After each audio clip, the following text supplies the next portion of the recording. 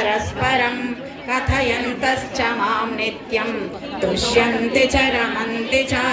तेषां सततयुक्तानां भजतां प्रीतिपूर्वकं ददामि बुद्धियोगं तं येन मामुपयान्ति ते तेषामेवानुकम्पार्थम् अहमज्ञानजं तमः नाशयाम्यात्मभावस्थः ज्ञानदीपेन भास्वता। अर्जुन उवाच परं ब्रह्म परं धाम पवित्रं परमं भवान् पुरुषं शाश्वतं दिव्यम् आदिदेवमजं विभुम् आहुस्त्वां ऋषयः सर्वे देवर्षिर्नारदस्तथा हसितो देवलो व्यासः